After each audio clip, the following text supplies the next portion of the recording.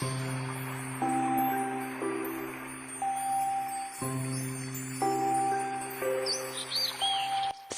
Dharma propagation activities and organizations.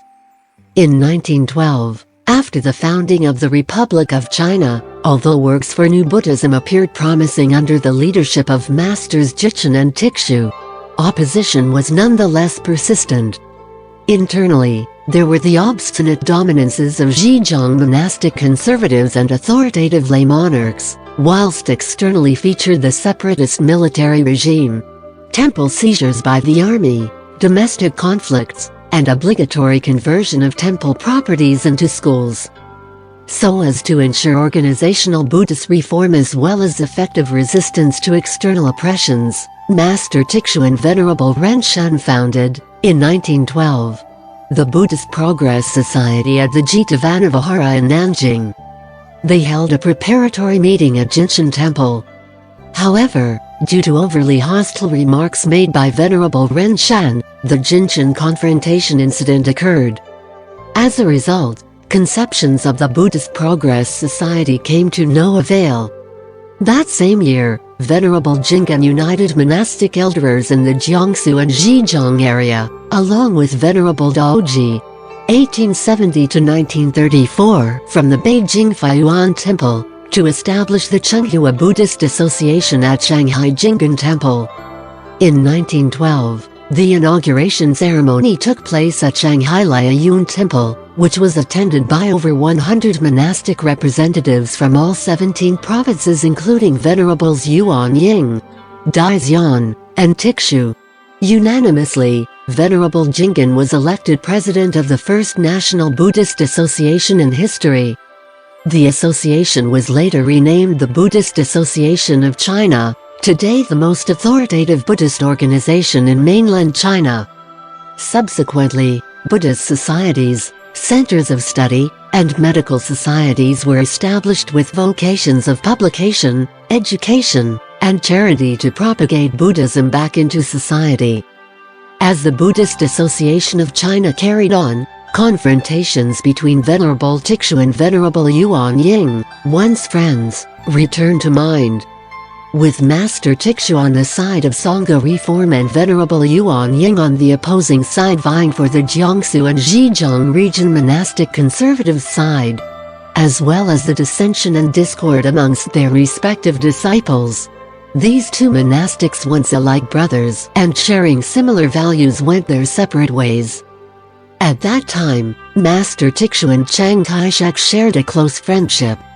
Whenever Buddhism faced persecution, such as the compulsory conversion of Buddhist property into schools instigated twice by Taichung Q from Central University, the conservatists would seek Master Tikshu to consider contingency plans. Ostensibly united, once these persecutions alleviated, they would alienate Master Tikshu anew in order to protect their power and wealth. They opposed Master Tikshu's proposals for 1. Reform of Buddhist asset management, 2. Reform of Buddhist systems, and 3. Reform of Buddhist teachings, resorting to any means in hindering the development of humanistic Buddhism. Not only were Master Tikshu and his new Buddhism advocates despondent, even the nationalist government found their comportment unacceptable.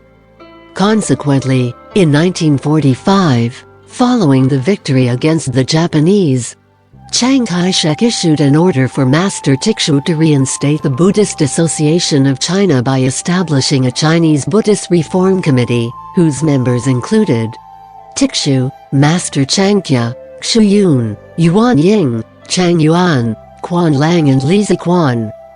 Among them, Tikshu, Changkya, and Li Ziquan were appointed committee executives. Subsequently, in 1946, the committee organized a Buddhist Association of China Committee training seminar at the Yaoshan Buddhist College. The program was the charge of our teacher Venerable Zhifeng, and thus I was fortunate to be involved in the program. 1. Lifetime dedication to the propagation of Buddhism.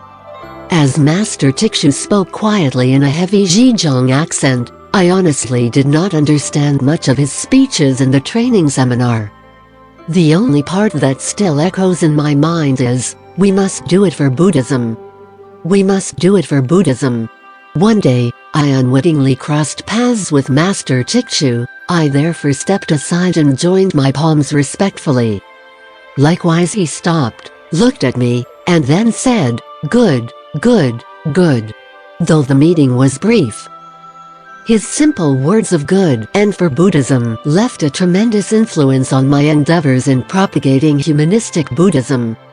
Sadly, Master Taichung's health deteriorated due to overwork and he passed away in 1947, aged 58. That same year, the Buddhist Association of China held its first national general conference in Nanjing, attended by the directors of each province as well as the Mongolian and Tibet regions. At the conference, Master Changkyu was elected Director General of the association. However, as the Civil War broke out, the association was relocated to Taiwan with the Republic of China government, and thus embarked on a different journey. Venerable Tung Chu also brought the association's sign to Taiwan. Madam Sun Chang Qingyang's offer of 10 million old Taiwan dollars, along with Li Ziquan's 5 million old Taiwan dollars, were used to buy the Taipei Dao Temple and its conversion into the headquarters for Ocean Waves magazine and the Buddhist Association of China Taipei office. At the election of the second board, Master Changkyu continued as Director General, along with 9 executive directors: Changkyu, Pai Hsing, Wang Ming, Sun Xinyuan, Xing Yun, Chang Qingyang, Chao Hengti, Hua Chengxing, and Libsang Yeshi. In protest of elders such as Nanting, Su Hang and Tung Chu not being selected added to my youth and difference of opinion with the leader, I wrote a letter to the association declining the position. For this I was criticized as ignorant and ungrateful. In a later re-election, Venerable Pai Sheng gained more votes than Li Ziquan and was elected Director General. He later held on to the position for 40 years, managing the association through autocracy and altering it into a one-man Buddhist association, excluding a majority of Buddhists. This restricted the potential of the Buddhist Association of the Republic of China, and hindered the revitalization of humanistic Buddhism, which was truly a pity. As a result, Buddhist leaders in Taiwan had no choice but to depend on their own power and faith to continue propagating humanistic Buddhism. For example, Li Bingnan's lay Buddhists, Venerable Pai Sheng's precept Confer, Venerable Yin Shun's scholarship, Venerable Nanting's Dharma lectures, and Venerable Tsu Hang's young monastics thus began promoting young Buddhist movements, Dharma propagation on radio and television, precept Confer, and Buddhist chanting associations in Taiwan. Gradually, humanistic Buddhism retraced its route back to Buddha's original intents. Buddhist Youth Movement. Buddhist youth movements began with Chu Hazan Te, who established Buddhist societies and universities. Being aware of Buddhism's need for youth, and also youth's need for Buddhism, between 1953 and 1954, I already considered initiating a Buddhist youth movement. When the opportunity arose, I invited a dozen youth such as Wang Shangyi, Wei Yi, and Chang Shangti from the National Taiwan University and other schools to Shan Dao Temple.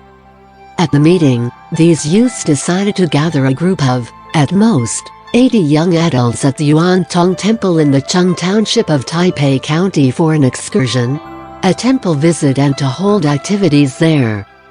However, Venerable Wei Yi promptly cautioned me, "Next time please don't bring this many young adults to Shan Dao Temple again, because we cannot afford the expenses." I became quite anxious, because without a base in Taipei, I would only be able to meet these youths on the street. Just then, I came across Chu Hazan Te, and asked him, "Mr. Chu, these young adults will meet at Yuantong Temple in Chung this Sunday, and as I already have prior commitments, would you be able to guide them?" Mr. Chu happily obliged, and so took the matter of university student activities into his own hands. Other than the University Student Buddhist Foundation from the early days, Venerable Nanting also contributed to the Buddhist youth movement. He convinced Chen Lehua from Canada to sell his 4-story house on Chongqing South Road and contribute the money towards university student scholarships, which later became the Torch of Wisdom Association, presently the Torch of Wisdom Monthly. With Chen Lehua's sponsorship, Chu Hazan Te established the Torch of Wisdom Association and inspired youths to write and gave away free books on Buddhism. For example, he printed a few 100,000 copies of Li Henyue's Introduction to Modern-Day Intellectuals and gave them to youths for free, emboldening them to write reflections on the book for rewards of scholarships. Starting in 1957, he established Buddhist societies in various universities such as the National Taiwan University's Sunrise Buddhist Studies, Normal University's Zhongdao Club, Chengchi University's Oriental Culture Society, and Chongqing University's Wisdom Ocean Society. These would not have been possible without the support of lay elders who assumed teaching positions within the universities such as Zhu Bangdao, Li Bingnan, Chu Xuan Te, and Chen Lehua. As martial law was not yet rescinded, the China Youth Corps was the only organization that had permission to organize youth events. I had the fortune to befriend Sung Shi-Xuan, executive officer of the China Youth Corps, and also one of Chang Qingquo's most trusted men. Upon hearing my proposal for a Chen summer camp, he happily agreed, "That's a very good idea." As a result, in 1969, I began organizing Buddhist youth summer camps at Fogangshan.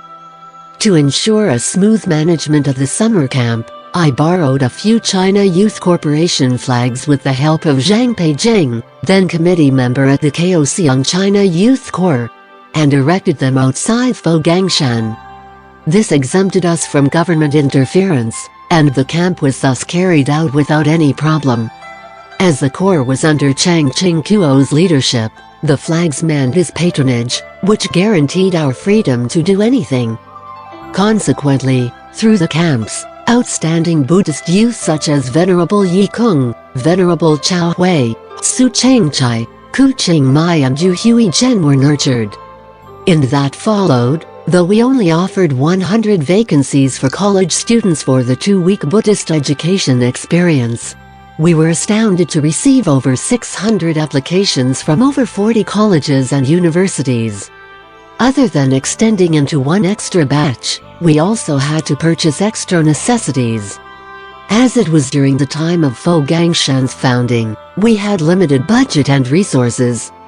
Therefore Zhang Peijing liaised with the army to borrow over 1,000 blankets, and also 30 army trucks to help transport these youths to excursion sites, saving me a large sum of expenses.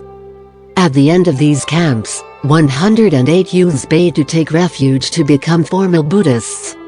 It can be said that other than Chu Xuan Te's Torch of Wisdom Society, Fogangshan's Buddhist Youth Summer Camp, Li Bingnan's Minlan Society, and Venerable Chan Yun's 1915 to 2009 Fast and Precept Association, which was renounced for their practices of austerity, were among the Buddhist youth movements that successfully attracted young people to Buddhism. Though most were not financially moneyed, all were passionately and actively propagating humanistic Buddhism to the youth. 2. Radio and television broadcasts. In the 1950s, radio was the public's main source of information and knowledge. Therefore Venerable Nanting from the High Lotus Association and lay Buddhist Chow Malin dedicated their efforts to propagating Dharma on the radio for decades uninterrupted. Wishing to do likewise, I began writing the biography of Sakyamuni Buddha, often pulling all-nighters solely to produce enough scripts for all 4 participating radio SDATION SBCC, Ming Pen, Ming Sheng, Min Electro Radio, and Yunlin CBC. Subsequently, Venerable Tzu Hui, Tzu Yung and others also began hosting these radio programs. The power of the media began to rise, allowing humanistic Buddhism that holds true to the original intents of Buddha to be heard throughout Taiwan. There is a very touching story about Li Yu, host of the Buddhist Voice program on the biography of Sakyamuni Buddha at Yunlin CBC radio station. One of my disciples was an elderly bhikshuni who was diagnosed with terminal cancer.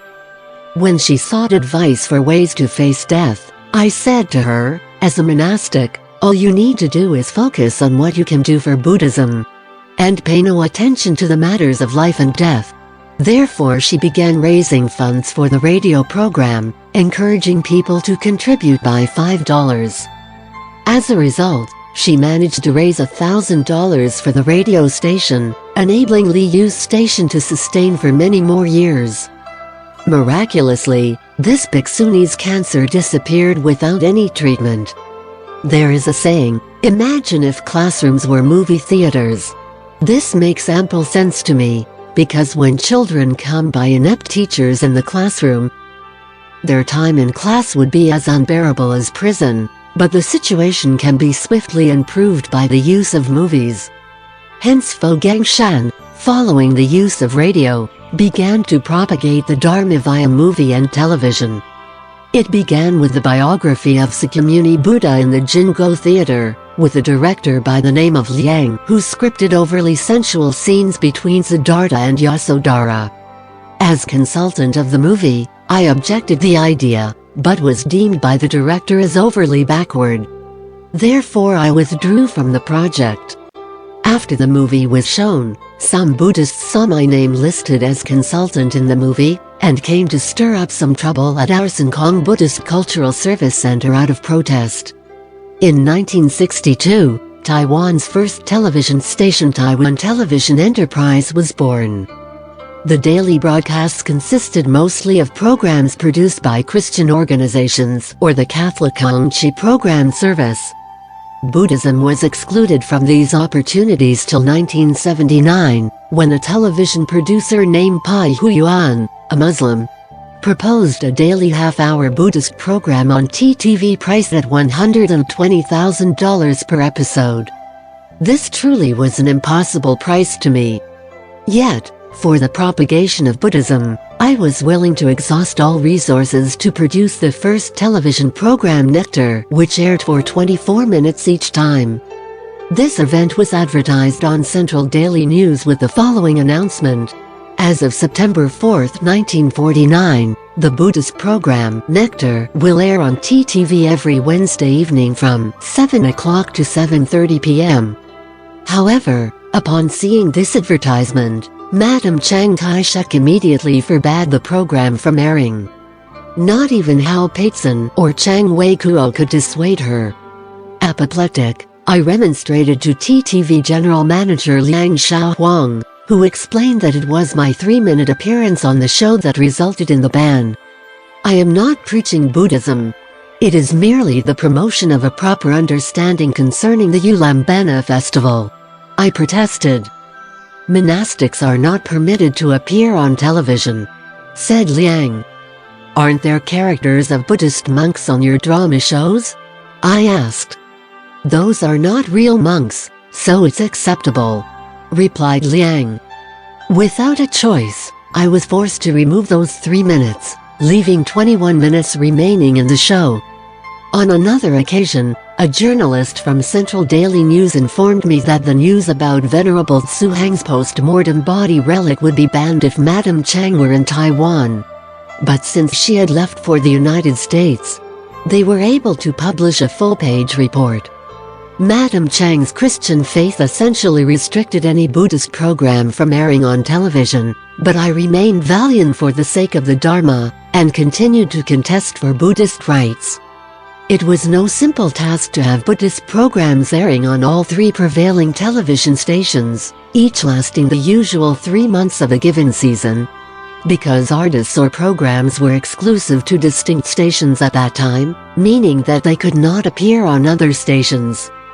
Thus it was quite the feat being able to appear on all 3. Some time later, in 1980, renowned television producer Chu Chai-min assisted in the making of the second Buddhist program, Gate of Faith, which aired on CTV, turning out to be a popular program watched by nearly 2 million viewers each time. This was possible ensuing the passing of Chiang Kai-shek in 1975, following which Chiang Soong-mai Ling departed Taiwan for the United States. Gangshan's subsequent television broadcasts included Hsing Yun's Chan Talk, Daily Verse, and Hsing Yun's Stories on TTV, Hsing Yun's Talk on CTV, and Hsing Yun's Dharma Words on Quartz. For each recorded episode I was paid $6,000. Circumstances have indeed changed over these 30 years. At one time, I had to pay the station $120,000 per episode, and now it is the station paying me $6,000. This undoubtedly denotes the public's acceptance and recognition of Buddhism. Other than the above-mentioned, my novel National Master Yu Lin, being quite popular, was adapted into scripts, radio shows, a movie, and theater. Of note, the television show, Continued Fate of Love, produced by Gu Feng 20 years ago, became a huge hit both in and out of Taiwan. Beforehand, 1-hour afternoon shows and the Peking opera were the norm. However, 2 words drawn out through long theatrical singing really did not assist in enticing the interest of the audience, let alone fathom what they were singing about. I have always felt the need to readapt the Peking opera in order to attract a bigger audience. Likewise, Buddhism shares a similar fate to theater. If steadfastly conservative and unchanging, devoid of popularization and generalization and the means of propagation, no one will be teaching, learning or even believing in Buddhism any longer. 3. Conferral of Precepts. All through the Japanese occupation, monastic precepts were not practiced in Taiwan. As the saying goes, with precepts the Sangha therefore prevails, with Sangha the Dharma therefore prevail. Continuance of the Sangha by conferring precepts thus became critical. An initial attempt to hold a triple platform full ordination ceremony was made, in 1952, by Taxian Temple in Tainanguan Ziling.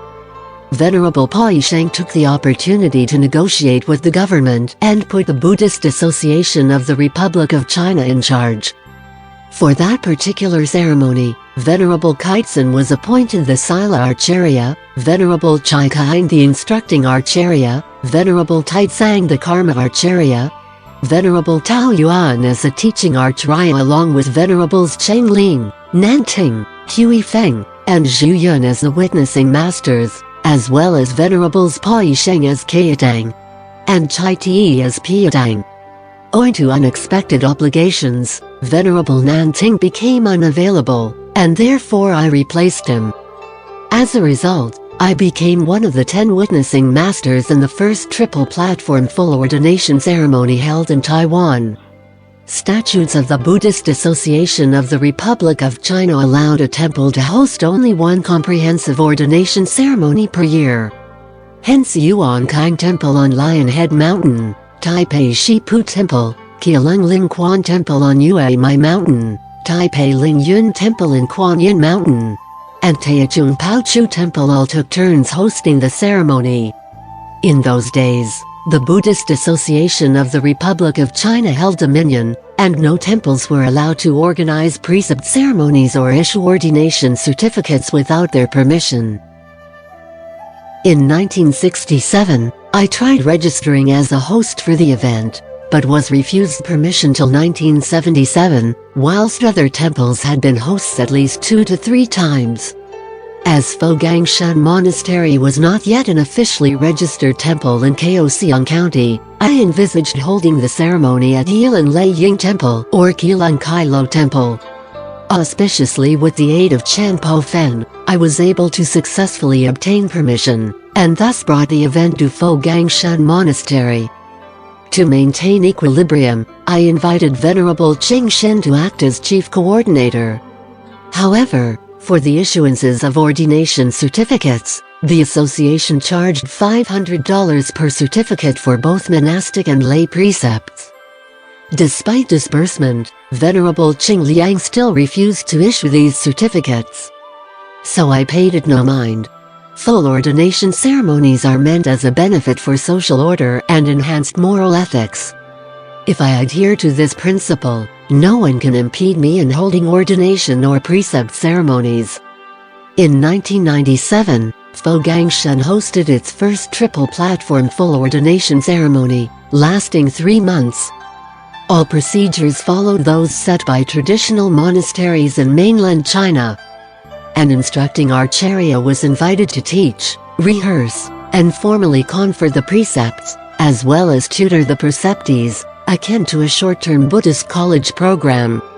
Other than Venerables Chen Hua and Zhu Yun, and myself as the 3 Acharyas, domestic and overseas such as Venerables Yue Kai, Wei Yi, Long Tao, Kai Cheng, Zhu Mo, Pu Jing, Jinan, and Thinan were also invited to be witnessing masters and teaching masters. The solemn ambience of the ceremonies, as well as the meticulous enactment of the procedures, rewarded Fo Gangshan with the exemplary ordination ceremony accolade. Conveying triple platform full ordination procedures back to mainland China. Unique with regard to the ceremony at Fo Gangshan was the restoration of the 2-division ordination ceremony, which in time past was omitted. I instructed Venerable Tzu Hui, the executive director of the ceremony, to abide by the rituals of the 2 divisions of Bhiksus and Bhiksunis, each being conferred by witnessing masters of their respective genders. In this way the triple platform full ordination ceremony was thus complete, starting from the Shramanera Precepts platform to the Bhiksu Bhiksuni Precepts platform, ending in the Bodhisattva Precepts platform. Afterward, Venerable Qingxin, then Director General of the Buddhist Association of the Republic of China, assimilated this procedure in his subsequent ordination ceremonies. As a result, this procedure is also applied in mainland China today. In the dawn period of mainland China, only bhiksus were allowed to act as guiding venerables in a triple platform full ordination ceremony, while bhiksunis solely performed the functions of assistance and support. Yet all monastics were given the role of guiding venerables at Fo Gangshan's ordination ceremonies, for the Dharma values aspiration and will. Regardless that one may be a man or woman, lay or monastic, only by attaining the spirit of equality can our minds truly connect with that of the Buddha. The full ordination ceremony was later held at Fo Gangshan Shilei Temple in the United States. Construction of Shilei Temple, the biggest Buddhist temple in North America, began in 1978, and was finally completed a decade later on November 26, 1988, with Venerable Tzu Chang as the founding abbess. In tandem, a 10,000 Buddha triple platform full ordination ceremony was held and attended by 300 monastics from 16 countries. In 1991, the 10,000 Buddha triple platform full ordination ceremony was hosted anew at Fo Gangshan for the duration of 3 months. In excess of 500 monastics from America, Korea, Thailand, Nepal, Malaysia, Indonesia, Hong Kong, Singapore and Vietnam convened for the longest and most comprehensive ordination ceremony in the history of Chinese Buddhism. Abiding fully by traditional monastic rules in addition to the experience of an alms procession, the preceptees were able to experience the routine of the Buddha's time. At one time, Bodhisattva precepts were not observed in the Theravada tradition, thus the followers were unable to aspire for the body-mind and reach out to people to propagate the Dharma, which is truly regretful. And so, at the 1997 International Buddha Seminar held at Fo Gangshan, both monastic and lay delegates from the southern, northern, and Tibetan traditions co-signed a petition for Fo Gangshan to travel to India and confer the Bhiksuni precepts. In February 1998, the entreaty became reality under the cohesive efforts of Fo Gangshan along with Theravada, Tibetan, and Chinese Buddhist organizations. Over 150 preceptees from Indonesia, Thailand, Nepal, Africa, Japan, Korea, Europe, America and other countries realized full ordination, while 1,500 lay Buddhists participated in a triple gem refuge-taking and 5 precepts ceremony. This event enabled the renaissance of the Bhiksuni order in India and Theravadan countries that had long been discontinued since the 11th century, marking a very important page in the history of Buddhism. With regards to lay Buddhist precepts, time was that the 5 precepts and Bodhisattva precepts observances lasted for 7 days.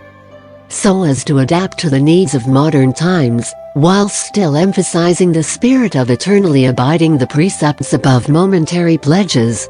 These ceremonies are now 2-day overnight events offering greater convenience to people. Moreover, adapting sports stadiums and community centers into Buddha shrines for these ceremonies under the witness of the three masters is also a form of pragmatism. 2. Establishing pure regulations that hold true to the spirit of the precepts. For householders who hold a deep appreciation for monastic life but are unable to relinquish their family commitments, with the exception of the one-day 8 precepts retreat introduced by the Buddha, Gangshan held, in 1998, its first short-term monastic retreat, receiving 8,000 applications with only 1,000 admitted for the 3 separate retreats. This was an unprecedented event in the history of Buddhism. Throughout the short-term monastic retreat, participants are required to take the Tenshrei Manera or Tensramainarika precepts and lead a secluded monastic life. Concurrently, they are obliged to refrain from watching entertainment such as dancing or singing, sitting or lying on high and comfortable beds, or wearing of fragrances or floral decorations. Thusly, one is wholly transcended from secular life, and thus is able to experience the spiritual wealth of emptiness. It is likewise for precepts. Contents of precepts established by Buddha according to differing conditions need to be attuned to respective eras, whereabouts, and cultures. Be it monastic or lay precepts, as long as one is able to abide by the 4 core principles. No killing, no stealing, no sexual misconduct, and no lying, as well as be willing to practice the 4 demeanors, 4 immeasurable states of mind, and the 4 universal vows. One thus already qualifies to be an outstanding Buddhist. In such a way, Chinese Buddhist masters were quite astute by stipulating pure regulations as an alternative for precepts. Whilst the conventions of monasteries such as Tianning Temple and Jinshan Temple may each differ, all remain close to the spirit of precepts. The Gangshan order also has the Gangshan Pure Regulations Handbook for members to adhere to. The purported 3,000 demeanors and 80,000 subtle actions lies within our ability to deal with people and matters in real life. The conscientious practice of precepts, concentration, and wisdom to suppress our greed, anger, and ignorance.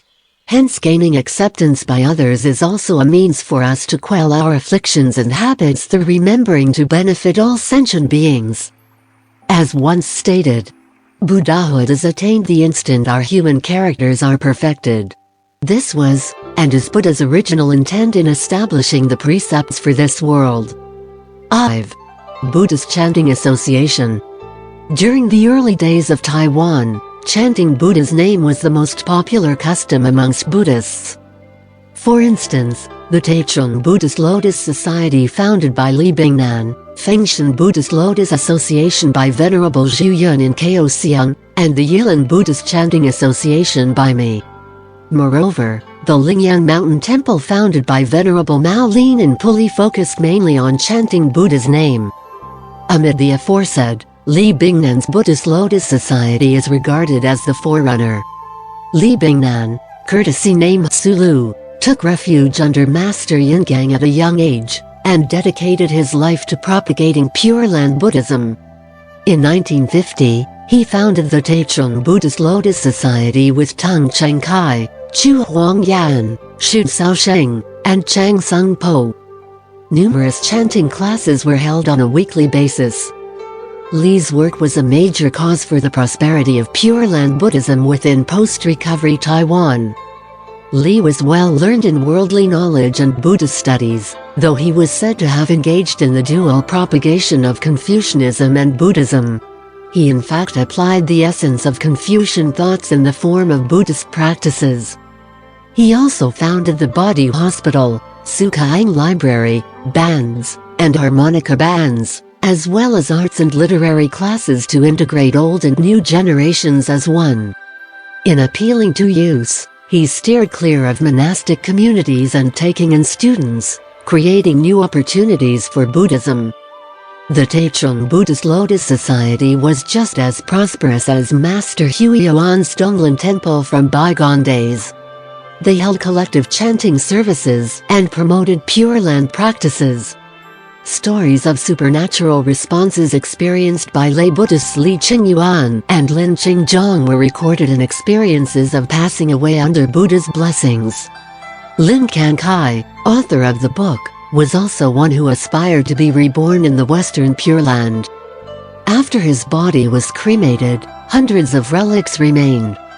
Also, Li Kaihua, director of Taipei Buddhist Chanting Association, who was committed to the practice of chanting Buddha's name, was also able to presage the time of his passing. For all these lay Buddhists to be so well attained in their cultivation, Li Bingnan surely was a very important mentor for Pure Land practices. It can be said that there was Huiyuan of the past, Sulu of today when it comes to Pure Land Buddhism. Li's Pure Land faith was unshakable.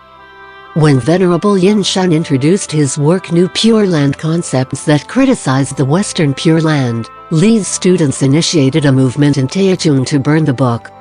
Unwilling to make enemies with Li's enormous organization of lay Buddhists, when Venerable Yinshan was in the Philippines, he tried to make amends by fundraising meant for the Master Tiksha Memorial for Li. Pious followers of Li regarded his passion and dedication to propagating Pure Land Buddhism as something exceedingly rare and valuable, while some criticized him for his attachment to Pure Land and disregard of other Buddhist schools that merit just as much devotion and value. To date, the only lay Buddhist organization that remains devoted to their faith is that of Li. Regretfully, without either someone to carry the baton or a permanent cultivation center, the society often needs to rent space at Taichung Lingshan Temple for chanting services.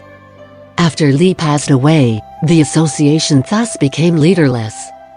The Pure Land Cave, an experience of the beauty of Buddhaland. Speaking of the Pure Land practice of chanting Buddha's name, I too also have some personal experiences. It all began in 1953 when I founded Yilan Buddhist Chanting Association at Lei Ying Temple. In the following years, 7-day Amitabha retreats began with traditional monastic routines. At 5 a.m., the morning session began. Buddhist formal meals were taken at noon, followed by the main session between 7-9 p.m., the most dedicated and focused session of the day. Other than the above, I also promoted the Saturday Chan and Pure Land services, as proper meditation halls and chanting halls were rare in those days. We could only unite both inside the Buddha shrine. With a quarter of the time dedicated to reciting the sutra, another quarter to chanting Buddha's name, 1 quarter to circumambulating the Buddha, and a final quarter for meditation. Each session lasted around 2 hours. As most Buddhists found chanting Buddha's name to be the suitable way of practice, I therefore also established the Luodong Buddhist Chanting Association, Tusheng Buddhist Chanting Association, Taipei Buddhist Chanting Association, Huwei Buddhist Chanting Association, and the Longyan Buddhist Chanting Association. It can be said that, at that time, the dual practice of Chan and Pure Land became mainstream Buddhist cultivation, which brought Buddhism in Taiwan to its peak. Concurrently, I also constructed the Fogangshan Pure Land Cave, opened to the public in 1981, to share with the world the wondrous beauties of the Western Pure Land of ultimate bliss. Some had asked why I chose not to build the 18 hells to frighten people from doing evil deeds. Personally, is it not better to promote positive thoughts through experiencing the beauty and virtue of Buddha's Pure Land? I firmly believe that Buddha had taught humanistic Buddhism to bring light, hope, and joy to the world. Faith should never serve the purpose of creating fear in people's minds. Since the founding of Fogangshan, there are at present over 200 temples around the world. Having established Saturday as the standard time for chanting, envisage over 300 Buddha shrines, each filled with an average of 500 participants, conducting services in unison. Within the same extent of time, there would be 1,500,000 people chanting simultaneously. Is this not a manifestation of the Pure Land of ultimate bliss? All told, throughout my 70 years as a monastic, no less than a quarter of my times had been dedicated to Chan and Pure Land practices. Just the 7-day Amitabha chanting retreat alone occupied nearly 20,000 hours of my life. My purpose of promoting Pure Land chanting is that, through chanting Buddha's name, people will be able to better oneself, purify oneself, self-reflect, and self-improve. Furthermore, one will eventually better one's family, society and nation.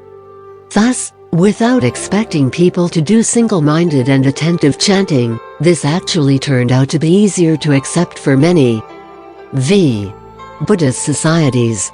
During the earlier days, most Buddhist organizations were not government accredited, while the few that were simply monopolized the privilege without assisting in the development of Buddhism. In 1986, after Chiang Ching-kuo declared the end of martial law, Taiwan opened up to assemblies, organizations, opinions, publications, and overseas travels. Numerous Buddhist societies were also established to propagate the Dharma.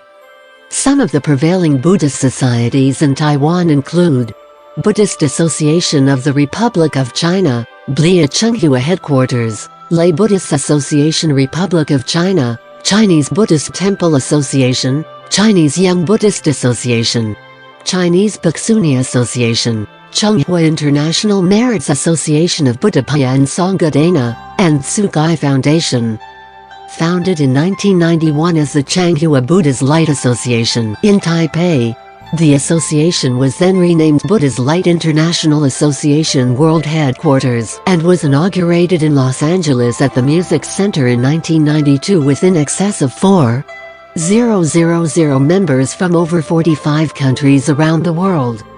Elected as president, I was also joined by Wapo Xiang, Mizutani Kosho, Yan Fungu, Henry Yo, and Van Bikuani Rutta as elected vice presidents.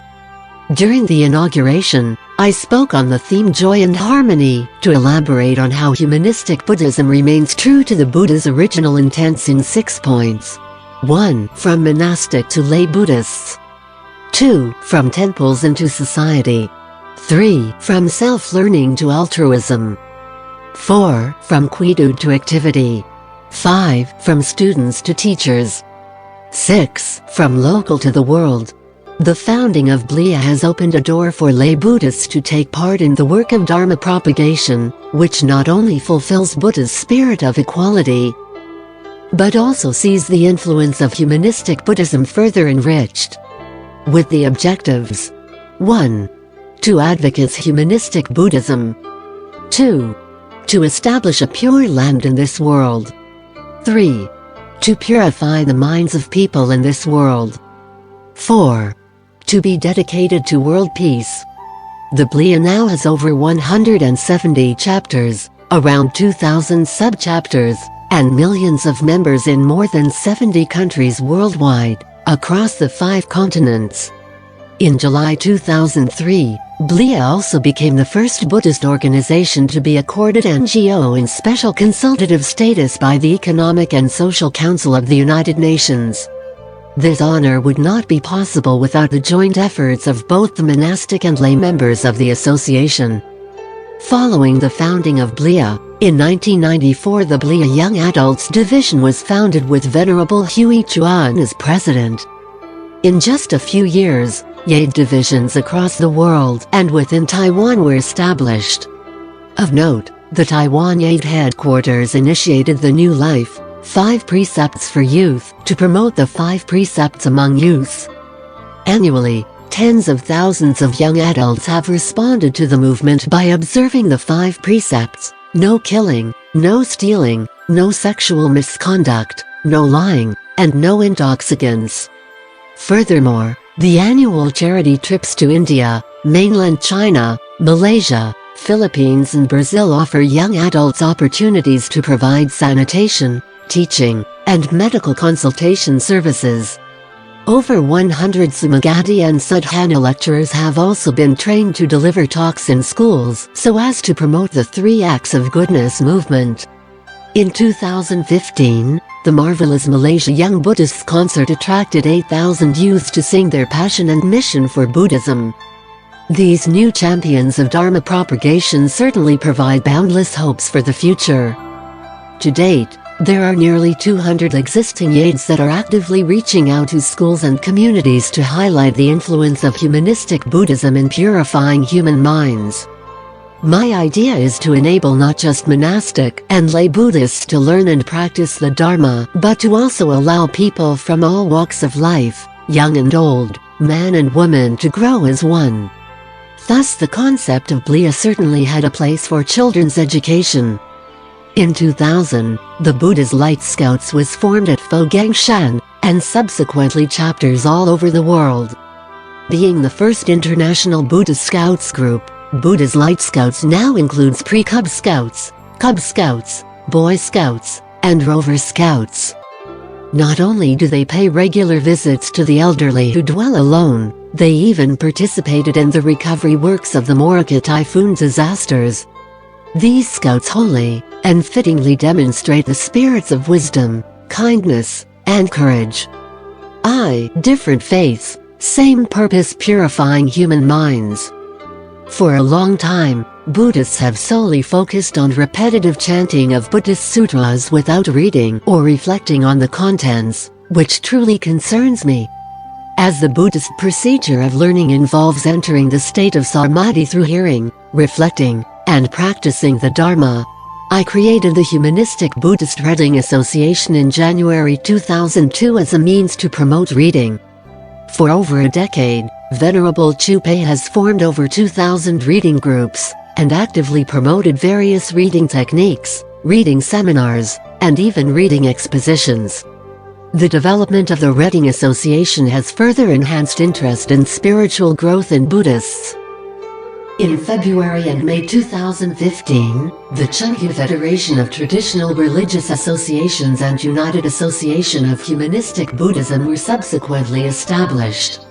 Both associations symbolize the realization of humanistic Buddhism spirits of respect and tolerance, as well as peace and equality. It is hoped that through the Chungju Federation of Traditional Religious Associations, different religious organizations are able to embrace our similarities and celebrate our differences through continued interactions and exchanges. While different in faith, we all nevertheless share a common goal: to work together in purifying society and human minds. That is why every December 25th, since its founding, the Buddha Memorial Center has been hosting the World Reunion of Religious Associations by inviting all deities to the Memorial Center to celebrate a day of holy reunion. Yearly, more than 2,000 religious organizations and 50,000 participants from around the world attend the reunion. In seeing the deities and devotees filing into the center in such orderly fashion, regardless of region or age, I cannot help but be reminded of Buddha's Dharma gatherings on Spiritual Peak, where heavenly beings and human beings alike joined before the Buddha. We are truly reliving the Buddha's time.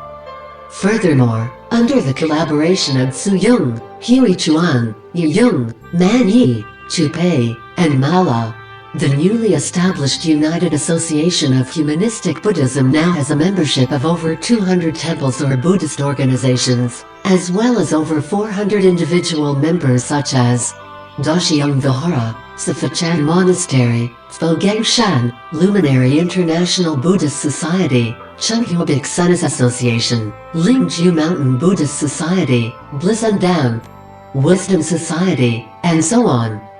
Individual members include Wapo Xiang, Yecheng Feng, Cora Wang, Chen Feng Wen, Chang Yacheng, Huang Yin Torten, Ting Xiaocheng, Pan Weikang, Wajan Chai Yang, Hu Shiqian, and Hong Yu Qin. Last year, so as to broaden the inspiration of humanistic Buddhism, we founded the Buddha's Light Missionary Association, Chunghua, to promote books and publications. Within the first year alone, we had already given away a few million copies of 365 Days for Travelers, Wisdom from Chinese Literary and Buddhist Classics, Hear Me Out, Messages from a Humble Monk, and Hear Me Out, Reflections to Thousands of Hotels, hostels, airline companies, schools, libraries, hospitals, and correctional centers. Unprecedented, the book launch was held at Beijing Great Hall of the People. I believe that this collection of Buddhist and literary classics will allow Buddha's humanistic Buddhism to shine in every human mind, and in every corner of the world. Just as Buddha had avowed on the Vajra seat, how amazing! How amazing! All living beings possess the wisdom and virtue of the Buddha. It has merely concealed by their delusion and attachment. Every human being has the Buddha nature, and can attain Buddhahood. The monastic and lay assemblies, who both propagate as well as protect the Dharma, certainly mutually own humanistic Buddhism. The dissemination of humanistic Buddhism rests on the shoulders of all Buddhists. Since this is an ineluctable responsibility, why discriminate between you and I as opposed to striving as one? Dedication of merits. May kindness, compassion, joy and equanimity pervade all worlds. May we cherish and build affinities to benefit all beings. May Chan, Pure Land and Precepts inspire equality and patience. May our humility and gratitude give rise to great vows.